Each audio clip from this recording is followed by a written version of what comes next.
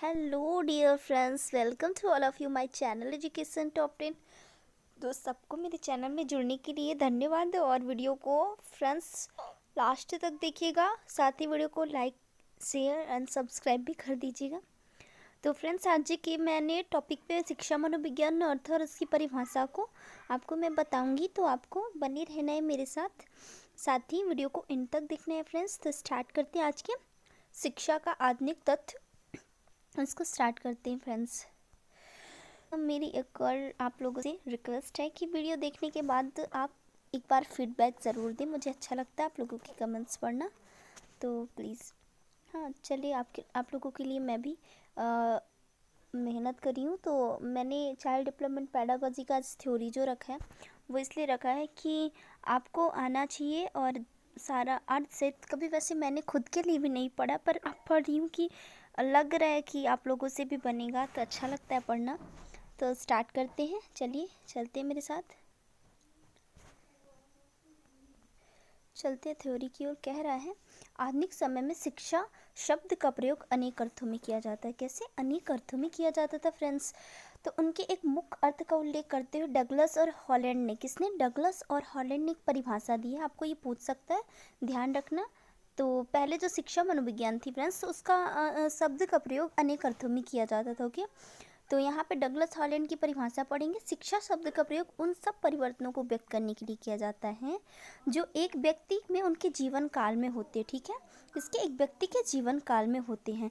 आगे पढ़ेंगे, क्या लिखा है? व्यक्ति अपने जन्म के समय असहाय होता है।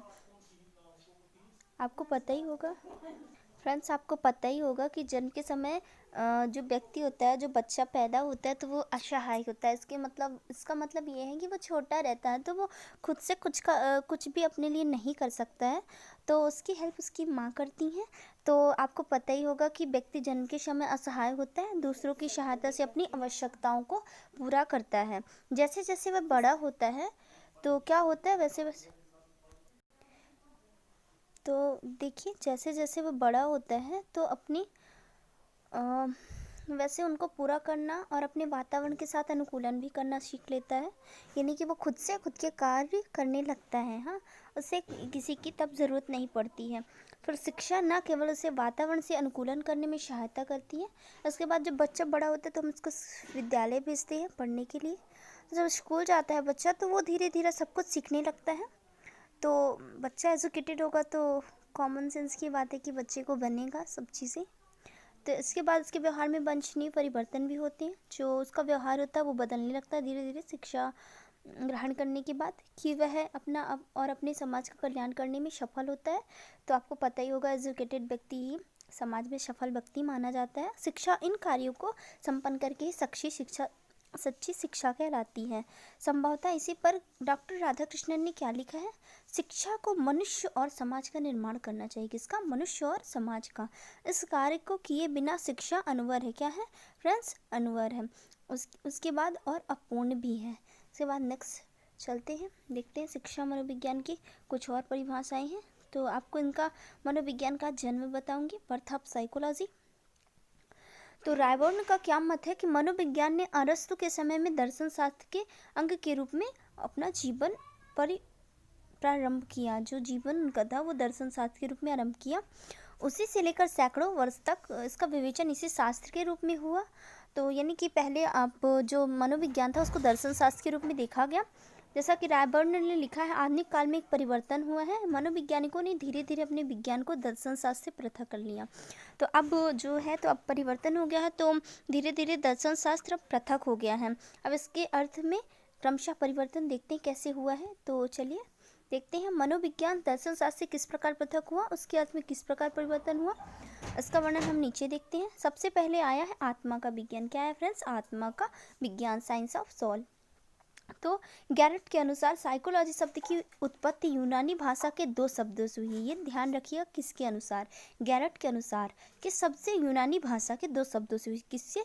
साइको प्लस, आगे पढ़ते लॉगस। क्या? साइको प्लस साइकी, जिसका अर्थ होता है शाउल आत्मा, और लॉगस जिसका अर्थ होता है स्टडी करना। ओके, आत्मा का अध्ययन ही कहा गया। इस प्रकार प्राचीन काल में साइकोलॉजी या मनोविज्ञान का अर्थ स्टडी ऑफ साउल, आत्मा का अध्ययन प्राचीन काल में माना जाता था मनोविज्ञान को। इसके बाद आत्मा का अध्ययन क्या है? ज्ञान प्राप्त करना, इसलिए इस काल को आत्मा का विज्ञान भी कहा गया। अनेक यूनानी दार्शनिकों ने मनोविज्ञान को आत्मा का विज्ञान माना, लेकिन इन दार्शनिकों ने उल्लेख किए जैसे प्लेटो, अरस्तु और डेकार्ट, ये तीनों मनोवैज्ञानिक थे। ओके, ध्यान रखिएगा। पर इसका जब इसको रूप रंग आकार नहीं दिखाई दिया गया, आत्मा का कुछ भी नहीं दिखा, तो ये लोग इसको अब क्या मान लिए? अस्वीकार कर दिए गए इस परिभाषा को, क्योंकि आत्मा का कोई रूप रंग आकार इनको नहीं दिखा। तो इसीलिए 16वीं शताब्दी में मनोविज्ञान को, आत्मा के विज्ञान को अस्वीकार कर दिया गया। इसके बाद क्या माना गया? मस्तिष्क का विज्ञान, mind of Saul of mind, science of mind, sorry friends, science of minds. ठीक है। इसके बाद मध्य युग में दार्शनिकों ने मनोविज्ञान को मन या मस्तिष्क का विज्ञान कहा? मन या मस्तिष्क का विज्ञान। दार्शनिकों ने क्या कहा? मन या मस्तिष्क का विज्ञान कहा।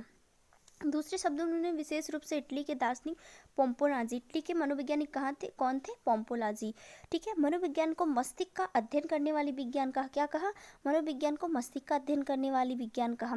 इसका प्रमुख कारण क्या था? कि आत्मा के मानसिक और आध्यात्मिक पहलू के अध्ययन के विषय हो गए थे, पर कोई भी दार्शनिक मस्तिष्क की प्रकृति स्वरूप को सुनिश्चित नहीं कर पा रहा था। अब मस्तिष्क का प्रकृति भी कैसी है, ये कोई भी मनोवैज्ञानिक नहीं जान पा रहा था, इसीलिए इसको भी अस्वीकार कर दिया गया था मस्तिष्क के विज्ञान को। मस्तिष्क के स्वरूप के अनिश्चित रह जाने के कारण मनोविज्ञान ने मस्तिष्क के विज्ञान को किसी प्रकार प्रगति नहीं की, यानी कि इसको अस्वीकार कर दिया गया। तीसरे पॉइंट है चेतना का विज्ञान। इसको हम बाद में पढ़ते फ्रेंड्स नेक्स्ट वीडियो पे। तो आज के लिए, वरना वीडियो बहुत बड़ा हो जाएगा, तो आज के लिए इतना ही। मिलते हैं नेक्स्ट वीडियो में। सबको वीडियो देखने के लिए धन्यवाद फ्रेंड्स, बने रहिए आप हमारे साथ।